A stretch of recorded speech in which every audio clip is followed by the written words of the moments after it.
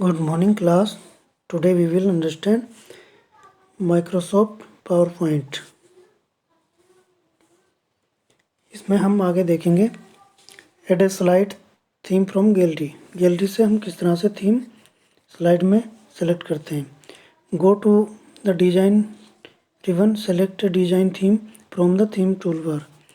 हम रिबन में जाते हैं, डिज़ाइन में हम वहाँ से थीम सेलेक्ट कर लेते हैं, जैसा कि यहाँ पे दिखाई दे रहा है। यहाँ पे डिफरेंट टाइप की हमें डिज़ाइन दिखाई दे रहे हैं, तो ये हम थीम से सेलेक्ट कर लेते हैं। इसमें एरो का निशान दिखाई दे रहा है, एरो पे हम क्लिक करते हैं तो हमें और भी इसमें थीम दिखाई देती हैं, जिसमें बहुत से डिज़ाइन होते हैं।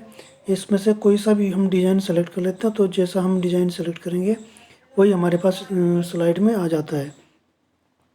तो हम उस स्लाइड में उसी तरह का डिज़ाइन ले लेंगे और फिर हम उसके अकॉर्डिंग हमारी स्लाइड बन जाती है, उस पर हम वर्क कर सकते हैं और हम स्लाइड को और अट्रैक्टिव बना सकते हैं।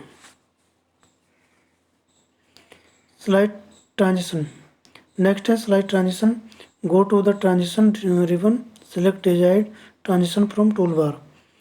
हम ट्रांजिशन में जाते हैं, यहाँ पे हमें दिखाई दे रही है डिफरेंट टाइप्स की ट्रांजिशन है, तो हम इसमें से किसी को भी सेलेक्ट कर लेंगे, एरो पे क्लिक करेंगे तो और भी उसमें वहाँ पे ट्रांजिशन खुल जाएंगी। तो हम किसी एक पे क्लिक करेंगे तो हमें वही हमारा ट्रांजिशन उसमें सेव हो जाएगा। इसमें हम ये भी सेलेक्ट कर लेते हैं हमें कितना टाइम वहाँ पे देना है, ट्रांजिशन कितने टाइम तक हमें वहाँ पे शो हो, और माउस क्लिक से हमें वो सेव करनी है या फिर वो टाइमिंग के अकॉर्डिंग हमें रखनी है। तो वो दोनों कमांड हम जो भी हैं सेलेक्ट कर लेते हैं तो वो सेव हो जाती है। ट्रांजिशन इसमें डिफरेंट टाइप की होती है, जैसे कि दिखाई दे रहा है कट, फेड और वाइप, स्प्लिट और डिफरेंट टाइप्स की होती हैं, जिसमें कि हम जो भी हमारा स्लाइड है वो लेफ़्ट से मूव करें, राइट से, डाउन से, बॉटम से, अप से या फिर सेंटर से, किस तरह से हम वो उसे सेट करना चाहते हैं तो वो हम वहाँ से ट्रांजिशन से सेव कर लेते हैं, तो वही हमारा वहाँ पे स्लाइड में सेव हो जाता है। और ये हम अलग अलग स्लाइड में हम डिफरेंट सेव कर लेते हैं। इसमें साउंड भी होती है, हम साउंड भी उसमें दे सकते हैं और उसमें बहुत से इफ़ेक्ट हम दे सकते हैं, कलर भी दे सकते हैं और साउंड दे सकते हैं। और ट्रांजिशन ये है, ये ट्रांजिशन हम दे सकते हैं, तो फिर हम स्लाइड को और अट्रैक्टिव बना सकते हैं। Rearrange slide. To move a slide, click on the slide thumbnail in the left column. Drag and drop the slide at the desired location. To move consecutive slides at the time, click and hold the shift key as you will select the slides you want to move. Drag and drop the slides at the desired location.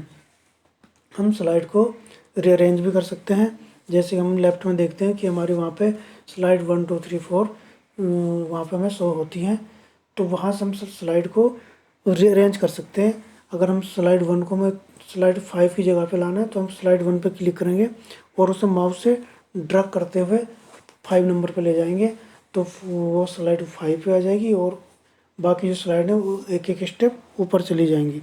तो इस तरह से हम slide को location change कर सकते हैं, उन्हें आगे पीछे हम रीअरेंज कर सकते हैं। अगर हमें लगता है कि कोई स्लाइड में पीछे करनी है, दूसरी में आगे करनी है, तो वहाँ से हम उन्हें रीअरेंज कर लेंगे और उनकी लोकेशन हम चेंज कर सकते हैं। तो इस तरह से हम स्लाइड को एडजस्ट कर सकते हैं। हमें जहाँ पे स्लाइड को सेव करना है तो हम वहाँ पे उसे सेलेक्ट करके ड्रैग करके ले जा लेंगे, तो स्लाइड वहीं पे सेव हो जाएगी।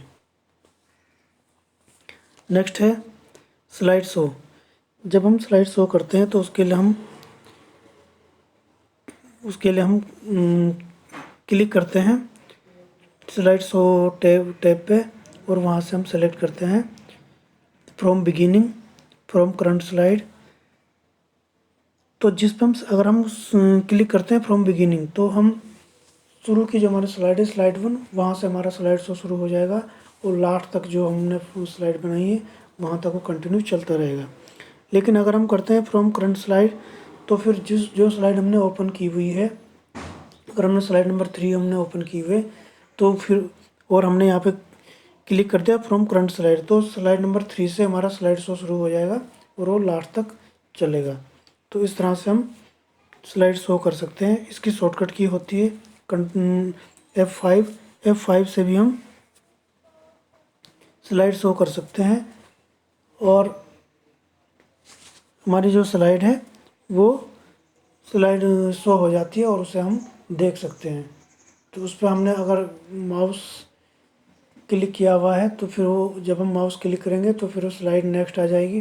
अगर हमने टाइमिंग दिया है तो वो टाइमिंग के अकॉर्डिंग अपने आप स्लाइड आती रहेंगी। तो इस तरह से हम उसे देख सकते हैं। अगर हमें स्लाइड को बीच में स्टॉप करना है तो उसके लिए हम एस्केप का बटन दबाते हैं। एस्केप का बटन दबाते ही स्लाइड स्टॉप हो जाएगी और हम फिर MS पावर पॉइंट के पेज में वापस आ जाएंगे। तो इस तरह से हम उसे बीच में स्टॉप भी कर सकते हैं, अदरवाइज वो कंटिन्यू चलती रहेगी और फिर लास्ट में वो अपने आप स्टॉप हो जाती है। तो हम F5 से स्लाइड शो कर सकते हैं और फिर हम फ्रॉम बिगिनिंग पे क्लिक करेंगे तो स्टार्ट से शुरू होती है और लास्ट तक चलती है। अगर हम क्लिक करते हैं फ्रॉम करंट स्लाइड तो वो जो स्लाइड पे हम वर्क कर रहे हैं वहाँ से वो शुरू होगी और लास्ट तक वो चलती रहेगी। तो इस तरह से हम स्लाइड शो कर सकते हैं। Preview presentation. Go to the slideshow ribbon. Select the point in the slideshow that you would like to begin viewing from beginning from current slide.